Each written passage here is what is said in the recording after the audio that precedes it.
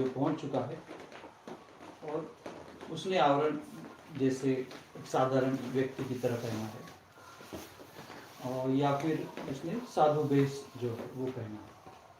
तो इन आवरण से साधक को उसमें उसके कपड़ों का, वेश का, उसके प्लस पॉइंट्स क्या है, उसके माइनस पॉइंट्स क्या है, उस एक साधक को ये इस भेष में रहने से उसको क्या फायदे हैं और क्या संभावित धोखा है उसमें साधक के लिए। जैसे आप किसी भी आवरण का सहारा लेते हैं तो उससे एक समूह जुड़ा हुआ होता है। अब जैसे ही वो आवरण पहन लेते हो उस समूह आपका सम्मान करने लगता है। तो साधक को भ्रम हो जाता है कि सम्मान मेरा हो रहा है, सम्मान उस कपड़े का हो रहा है, सम्मान तुम्हारा नहीं हो रहा है। तो बहुत साधक ऐसे भटक जाते हैं। भेष का सहारा तो इसलिए लेना था कि बिना बोले आपको व्यवस्था मिल जाएगी और आप साधना करते, लेकिन ज्यादातर लोग भटक जाते हैं। इसमें ज्यादातर लोग भेष में भटक जाते हैं क्योंकि आपको जहां जाओगे सम्मान मिलेगा, अब आप सम्मान के लायक हो नहीं। तो साधक को सम्मान अपने ऊपर ले लेगा, अपने ऊपर ही लेगा। हम गलाने के लिए निकला था वो फिर हम और बढ़ जाएगा कि देखो मुझे मैं कुछ हो गया, और हुआ कुछ नहीं, कपड़े उतार दो तो नंगा।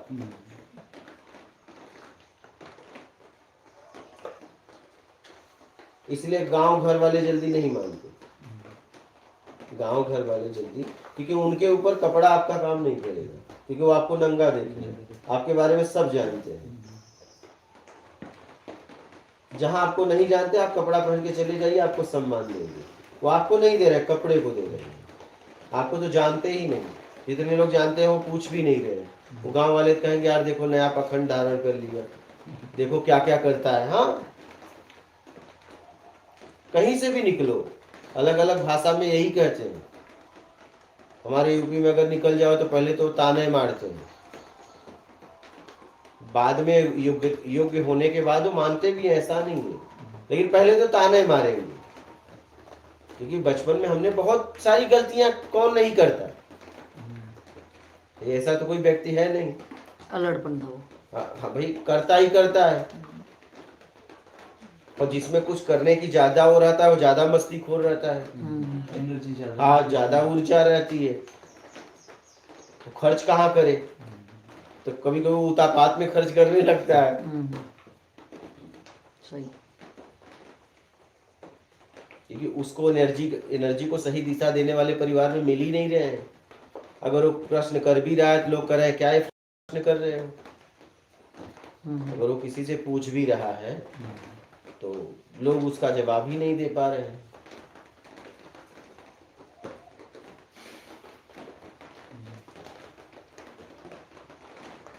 तो जो आपकी साधना में जो मुक्ति का साधन बन सकता था भेष, हाँ, वो एक नया बंधन, बहुत गहरा बंधन तैयार हो गया। मतलब सामान्य कपड़ों से भी ज्यादा गहरा हो गया। सामान्य कपड़ों में तो कम से कम आप थे, हाँ, आप जैसे थे वैसे रह सकते, अब तो आप भी नहीं रहे। और उसमें भी फिर उस भेष के अनुरूप आप कुछ करने लगो और आज आप कुछ हो, वो हो नहीं एकदम, तब तो फिर वही पाखंड कहलाते, वही बंधन का कारण बन गया ना। तो ज्यादातर तो यही होता है, भेष में आने के बाद लोग भटक जाते हैं। तो भेष को ही सम्मान मिलता है, और किसको मिल रहा है? आपको जहां सम्मान मिल रहा हो आप पैंट शर्ट पहन के चले जाओ। आपको जहां आपको लग रहा है मुझे इस कपड़े से सम्मान मिल रहा है, उस आदमी के पास पैंट शर्ट पहन के चले जाओ, देखो आपको सम्मान देता है। बोलिए, आप कुछ बोल रहे थे। तो वही बात, जैसे ज्ञानी पुरुष है तो वो ज्ञानी है, बातें ज्ञान की कर रहा है, शुद्ध ज्ञान की कर रहा है, और उसके पास भेष नहीं जैसे आपका है। तो सामान्य आदमी की तो उतनी दृष्टि या उतनी समझ नहीं कि वो बिल्कुल ज्ञान की शुद्धता को पकड़ पाए, समझ पाए। तो पहले देखने में तो वो भेष ही पकड़ेगा। तो जब वो देखेगा कि शर्ट पैंट में आत्मज्ञान दे रहा है कोई, तो उसका जो मन बना हुआ है पहले से कि साधु ऐसे होता है, जिसके पास ज्ञानी लोग ऐसे होते हैं, कहीं भी जाओ चित्रों में साधु संत, दाढ़ी है, बाल है, लंबे कपड़े हैं, तो उसके अलावा कोई अगर शर्ट पैंट कोट डाल के अगर अध्यात्म की बात करेगा, सामान्य जन का तो मन थोड़ा एक्सेप्ट करने में झिझकेगा, वो शंका करेगा। एक तो शंका होगी उसको, ये ऐसे कैसे, क्योंकि उसके मन में पहले से चित्र बना हुआ है। तो क्या ये इसका, तो सामान्य आदमी की तरह कपड़े पहनकर ज्ञान बोलना थोड़ा सा रुकावट या बाधा जैसा नहीं बनेगा लोगों के मन खोलने के लिए? इसमें क्या होता है, इसमें जिज्ञासु लोग ही आएंगे, फिल्टर, हाँ फिल्टर हो जाएगा एकदम, मतलब एकदम जिज्ञासु लोग आएंगे और बहुत अच्छे से काम होगा। क्योंकि साधु महात्मा संत ये जितने भी हैं ज्ञान के प्रतीक हैं, भेष के प्रतीक नहीं है। भेष का सहारा तो साधना में लिया जाता है, वो भी इसलिए पेट के लिए, व्यवस्था के लिए, बाकी भेष की कोई आवश्यकता नहीं है। आपको तो ये भी भेष से मुक्त होना पड़ेगा। जब इस पिंड से मुक्त होंगे तो ब्रह्म ज्ञान होगा। भेष के ऊपर क्या भेष चढ़ाना? भेष तो हमने इसलिए चढ़ाया है कि भाई एक सामाजिक व्यवस्था है, हमारे वजह से लोगों की नजर न झुकाना पड़े, पूरा परिवार हमें सुन सके, इसलिए तन पे कपड़ा है। ठीक है, देखा जाए तो कपड़े पे कपड़ा हमने चढ़ाया है, हमें तो इस भेष से भी मुक्त होना है। ठीक है, तो अब क्या होता है, जब आप एक सांप्रदायिक भेष में नहीं रहते, एक सामूहिक भेष में नहीं रहते, एक पंथ के भेष में नहीं रहते, आप नॉर्मल कपड़ा पहनते हो, तो आपका अस्तित्व का आपको पता चलता है। तो लोग आपसे खुल के बात करेंगे, दबाव संकोच में बात नहीं करेंगे, डर के बात नहीं करेंगे। भेष की जरूरत तब तक थी जब, अगर आपको पेट में रोटी की जरूरत हो जाए तो भेष की जरूरत भी नहीं है। भेष की जरूरत सिर्फ व्यवस्था के लिए। अगर व्यवस्था करने की क्षमता है तो आपको भेष की भी जरूरत नहीं।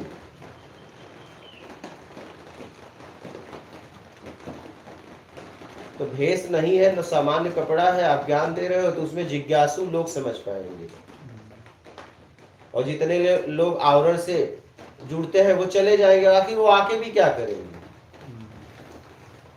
वो तो आवरण तक ही है ना, तो आके भी क्या करेंगे? तो उनकी नजर आवरण तक ही, तो आके भी भीड़ करके क्या करेंगे? और आपका भी अस्तित्व का पता तब चलेगा जब आप आवरण का सहारा नहीं लोगे, सामान्य कपड़ा पहनोगे। कि आपको, आपके ज्ञान को सुन रहे हैं कि आवरण से डर के आ रहे हैं, ये तो तब पता चलेगा जब आप सामान्य कपड़ा पहनोगे। क्योंकि आवरण का समाज में एक डर है, भय है, ना चाहते हुए भी आपको प्रणाम करते हैं, कहीं श्राप न दे दे, बहुत डर है आवरण का, एक डर पैदा कर दिया गया है।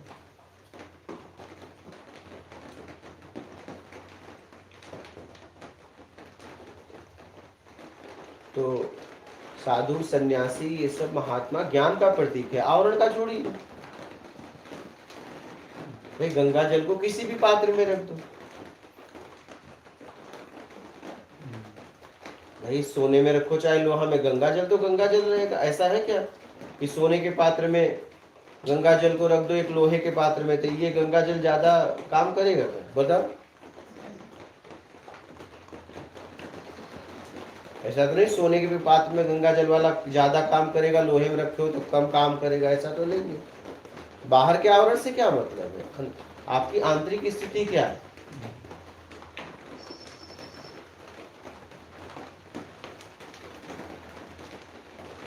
और अगर एक आत्मज्ञानी पुरुष लोक कल्याण के लिए, या जिनके अंदर जो बद्ध है, जिनमें मुमुक्षा भी नहीं जगी है, उनमें मुमुक्षा जगाने के लिए या मुमुक्ष को साधक करने के लिए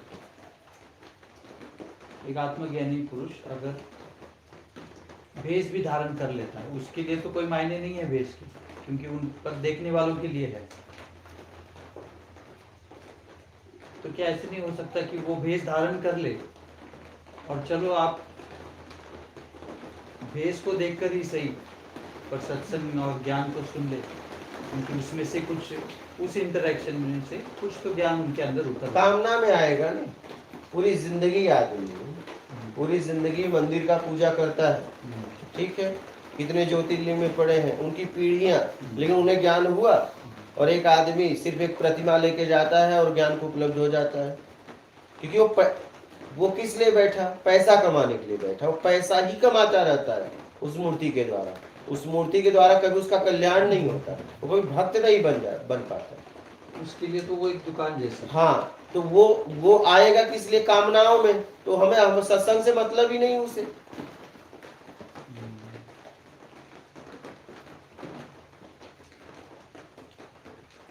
वो तो कामनाओं के लिए आएगा, कामनाओं पूरा होगा तो आएगा, नहीं तो नहीं आएगा। कामनाओं का आश्वासन देना पड़ेगा और लोगों को तकलीफ देगा। वो कामनाओं वाला है, उल्टे सीधे सवाल करेगा। और जैसे कल इस बालक ने कहा कि मैं हिंदी सीख रहा हूं, अब हिंदी सीखने आया है। अब इनका भी दोष नहीं, इनकी स्थिति ऐसी है, इसका दोष नहीं है। लेकिन इसने भी खुल के कहा कि मैं बोलने में हिंदी, अब हमारे पास इतना समय, तुम मुझसे हिंदी सीखोगे? हिंदी तू और कहीं से सीख ले। ये भी अपनी जगह सही है, इसकी कोई गलती नहीं है, इसकी स्थिति ऐसी है। तो अगर वो आएंगे तो जितने जिज्ञासु हैं वो तो नहीं बोल पाएंगे, कामनाओं वाले ही बोलेंगे। एक मार्ग का मार्गी अगर बैठेगा तो वहां पे उचित तरीके से बात हो सकती है, और कई मार्ग के मार्गी बैठ जाएंगे तो फिर क्या सत्संग होगा? तर्क होगा, कुतर्क होगा, होगा ही होगा ना। विरोधाभास, विवाद होगा। अपने अपने स्टैंड सही है, संवाद नहीं तो सिद्ध करने के अरे भाई वो तो कामनाओं के लिए बात करेगा। सिद्ध करने के वो जब बात करेगा तो कामनाओं की बात करेगा, वो तो अपनी स्थिति से बात करेगा ना। बात करें। तुम्हारे कपड़े से या किसी से क्या मतलब? वो तो कामनाओं में आया हुआ है। व्यक्ति किस भाव से घर से निकला है वो मायने रखता है। आप देखते हो बचपन से पूरी जिंदगी बीत जाती है, वो मूर्ति द्वारा पैसा ही कमाता रहता है, पीढ़ियां दर पीढ़ियां। कभी वो आज तक उसके घर में कोई भक्त बन पाता है? क्योंकि बस वो मूर्ति से पैसा ही कमाता है, उसका उद्देश्य है इस मूर्ति के द्वारा पैसा कमाना।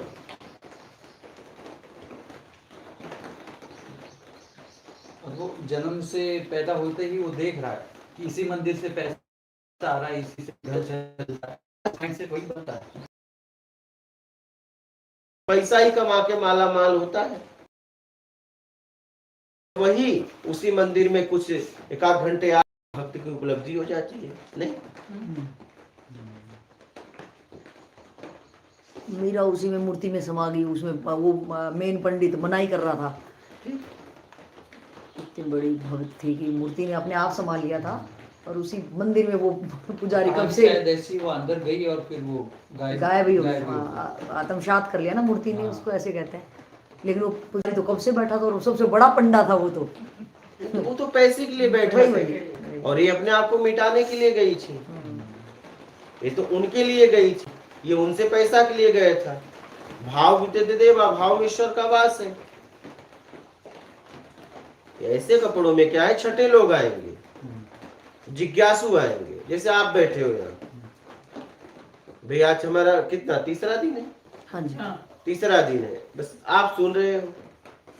अब मैं 100 किलोमीटर के ऊपर है, कहा कितने दूर से आपके लिए 136 किलोमीटर से। तो इससे मतलब ऐसे बोल सकते हैं कि आपके कपड़ों ने आपके कपड़े छन्नी का काम किया, बस इसलिए तो मैं फटा पहन के घूमता था। छन्नी में चल रहा है सब। कुछ मैं देखा कि मैं एक तो मैं आवरण से मुक्त कराने का काम कर रहा था। भैया आवरण से मुक्त हो, मूल पे बात करो। तो लोग मेरे उस कपड़े को भी पकड़ लिए थे, फटे वाले को। कुर्ते पैजामा को पकड़ लिए। हम इसमें आए तो लोग कह रहे हैं कि नहीं, कुछ कह रहे हैं ठीक है, कुछ कह रहे हैं नहीं आप उसमें अच्छे लगते थे। आपको ज्ञान चाहिए कि आवरण? मैं अच्छा दिखता हूं, बुरा दिखता हूं, इससे क्या आपको लाभ होगा?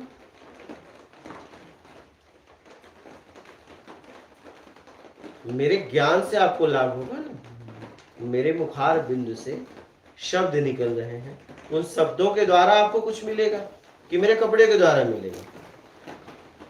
किसके द्वारा मिलेगा? शब्द के द्वारा। तो शब्द मायने, ऐसा तो नहीं कपड़े बदलने से शब्द भी बदल जाते हैं, ऐसा तो नहीं है। शब्द तो स्थिति से निकल रहे। तो इसमें क्या होता है, ऐसे कपड़ों में छठ, और लोग कुछ थे छठ गए, क्या कुछ हमारे फटे कपड़े को पकड़ लिए थे, ये इसने उनको भी निकाल दिया। हाँ, अब अच्छे कपड़े पहन लिए तो वो छट गए वहाँ पर। हाँ, और छटाई हो गई। और अगर कल को कोई इन कपड़ों को पकड़ ले और कल को आप कोई दूसरा कपड़ा हाँ, पहन ले तो ये वो छट छट जाएगा। जाएगा। हाँ, मैं तो हमेशा कपड़े ही बदलता हूँ। मैं तो कपड़े ही बदलता रहता हूँ। मैं यही बताना चाहता हूँ, आप मूल पे बात करो। किसी के कपड़े, किसी के पहनावे से हमें क्या लेना देना। रामकृष्ण परमहंस को साधना करना था तो 6 महीने तक साड़ी पहने। अब बताओ, साड़ी साया ब्लाउज, यहाँ तक बताते हैं कि उनका भाव इतना प्रबल हो गया था कि उनके स्तन उभर आए थे। बोलिए। स्तन तो चलो कोई बीमारी हो जाती तो भी बढ़ जाते हैं जेंट्स के भी, बट उनको मासिक धर्म चालू हो गया था। तब बताइए। स्तन तो कोई बीमारी के कारण भी उभर जाते हैं, जेंट्सों के बहुत उभरते हैं, लेकिन वो हाँ। मासिक धर्म भी तब चालू, बताइए। सखी संप्रदाय में गए थे वो। तब अब वो लोग साड़ी साया ब्लाउज पहन लिए। अरे भाई, उन्हें कुछ समझना था। तो ये जीवन मेरा है, मुझे कुछ समझना है। मैं चाहे जैसे कपड़े पहनूं। आप कौन बोलते हो बोलने वाले कि मैं कैसा कपड़ा पहन रहा हूं? आप हो कौन भाई? आप कौन हो? क्या मेरे जीवन पे आपका अधिकार है क्या?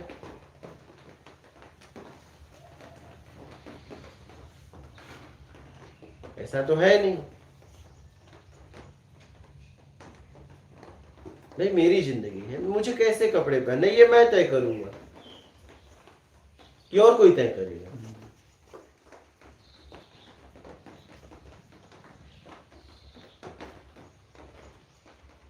तो मैंने देखा कि आवरण में लोग लोगों को गुलाम बनाना चाहते हैं।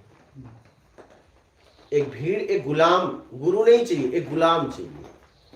उनके इच्छानुसार कपड़े पहने, उनके इच्छानुसार रोज रात को कपड़े निकाल के सो, इनके लिए सजो, सुबह रात को माला उतारो। क्या आप सोचो जरा इस बात को। आप रात को पूरा टीका उका उतारो, माला मोह धो, सुबह जैसे इनका आने का टाइम हुए 4 बजे भोर के नहा वहा के त्रिपुंड लगा के माला वाला गादी बैठो। बोलो बताओ, इनके लिए मतलब तुम खुल के अपना जिंदगी नहीं जी सकते, क्या मूल तक पहुंचोगे? और जिस दिन पक्का हो जाए नहीं आएंगे तो आप एकदम नॉर्मल कपड़ा पहन के घूमते हो। सोचो जरा इस बात। वो भी टी शर्ट शॉर्ट्स में बैठे रहते हैं अपने अंदर। फिर बताइए, तो जब आप इनके लिए सज संवर रहे हो तो आपका कभी कल्याण हो ही नहीं सकता। आपको सजना है तो उसके लिए सजो, कपड़े पहनना है तो उसके लिए पहनो, आपको टीका लगाना है तो उसके लिए लगाओ, माला पहनना है तो उसके लिए। इन कामी पुरुषों के लिए, कामनाओं वाले भक्त के लिए, भक्त हैं, कामनाओं में आपके पास आते हैं और आप इनके डर की वजह से कपड़े कहीं इज्जत कम ना हो जाए, नहीं लोग थूकेंगे, अगर इनके वजह से आपको कपड़े पहनने पड़ रहे हैं तो आपका जिंदगी में कल्याण नहीं होगा। आप तो डरे हुए व्यक्ति हो। डरा हुआ व्यक्ति कभी उसका स्तर उठ सकता है?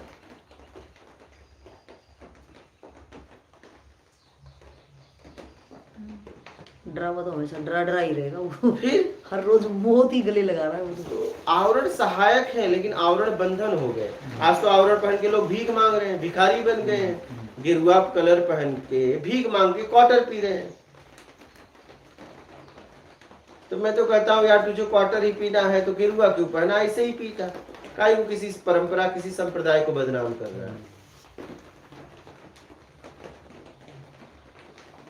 आवरण सहायक था, ऐसा नहीं है, लेकिन आवरण को पूरी तरह समझ के पहनो तो ना इज्जत मिलने लगती है।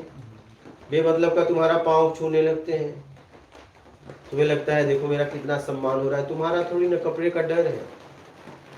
कपड़ा उतार के जाओ।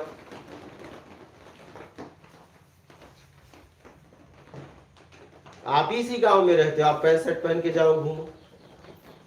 नहीं, पर्सनली मैं तो पहनता हूँ, ये हाँ। भी पहनता हूँ, वो भी पहनता बस। हूँ, दोनों पहन के घूमता हूँ। लेकिन जब आप शुरुआत में जब हाँ। कपड़े बदले होंगे तो आप पे क्या बीती होगी, मुझे बताइए। लोग कितने ताने कसे होंगे। आज नॉर्मल हो गया क्योंकि आप उनके सामने आए और आपने वो झेला, आपको कोई फर्क नहीं पड़ा। जब देखे कि नहीं मेरे बातों का इनको फर्क नहीं पड़ा है तो वो भी शांत हो गए। लेकिन जब जब आपने इस मार्ग में आए, कपड़े बदले और फिर आपने फिर कपड़े बदले, तो आपकी क्या स्थिति रही होगी, कितना सुनना पड़ा रहा होगा। ये प्रयोग किए मैंने भी, मैं गांव में हाँ। इधर आया, कभी ऐसे पहन के जाता था गांव में। हाँ मेरे पास एक थोड़ी इलेक्ट्रिक गाड़ी है, तो कभी उस पे बैठ के अपने टी शर्ट शॉर्ट्स डाल के भी घूम के आ रहा था। तो उसमें लोगों का जो सुने वो सुने, हो जाए, पर एक अपने को एक अपना फ्रीडम मैं महसूस करता था कि तुम सोचना है तो सोचो, मुझे जब जहाँ जैसे मुझे कंफर्टेबल लगेगा वो मैं पहनूंगा, वैसे मैं रहूँगा। अभी भी कहीं शहर जाता हूँ, कभी ये पहन जाता हूँ, कभी पैंट पहन जाता हूँ, ऐसे ही। तो आवरण का कोई ऐसा नहीं, जब जो कंफर्टेबल हो, जिस आवरण में जिन कपड़ों में जो काम कंफर्टेबली होता है, कंफर्ट लगता है, जैसे यहाँ खेत में काम करना है कुछ, उसके लिए जो अनुकूल है वो पहन लिया। जब किसी दिन नहीं करना है, थोड़ी ठंड है, तो कुछ ऐसा पहन के ले लिया, ऐसे। मुझे तो इतना पता है कि मूल तक पहुंचना है तो आप तय करो कैसे पहुंचोगे। आपके कपड़े लत्ते माला अगर कोई सामाजिक व्यक्ति तय कर रहा है तो फिर आप कभी नहीं पहुंच पाओगे।